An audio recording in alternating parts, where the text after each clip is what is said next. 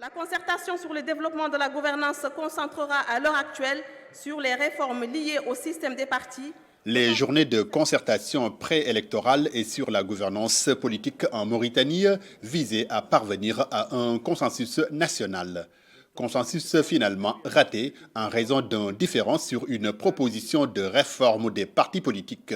Les réformistes soutiennent que les partis doivent être plus représentatifs. Mohamed Ahmed Mohamed Lemine, ministre mauritanien de l'Intérieur, explique le bien fondé de la réforme. La réforme vise à faire en sorte que les partis politiques forment un cadre unitaire et représentent toutes les communautés nationales en évitant les considérations d'ordre égoïste. L'opposition regroupée au sein du Front des partis spoliés, comprenant pour la plupart des partis non agréés, a claqué la porte des concertations, accusant le pouvoir de chercher à légitimer son refus de reconnaître des partis répondant aux normes requises. Youssef Mohamed Issa dirige le parti RDP.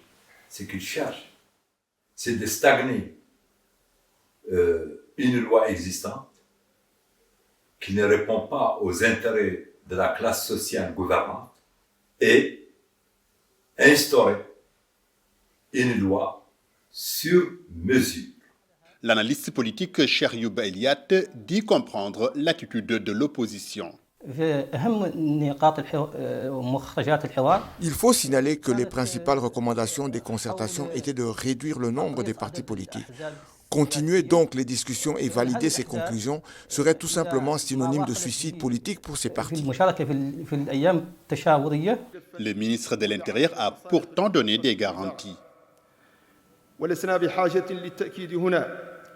ne sommes pas là pour entraver l'action politique ou empêcher la reconnaissance de partis politiques. Mais l'opposition reste méfiante. Tant que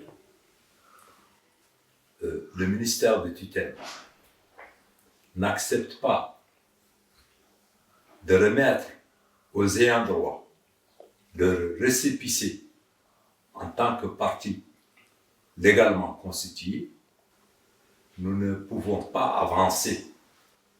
Cependant, l'analyste Cheryoub Eliat estime qu'une réforme est inévitable.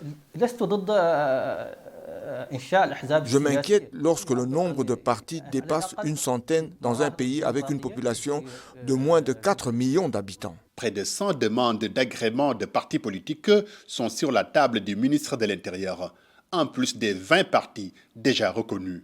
Mohamed Diop pour VOA Afrique, Nouakchott.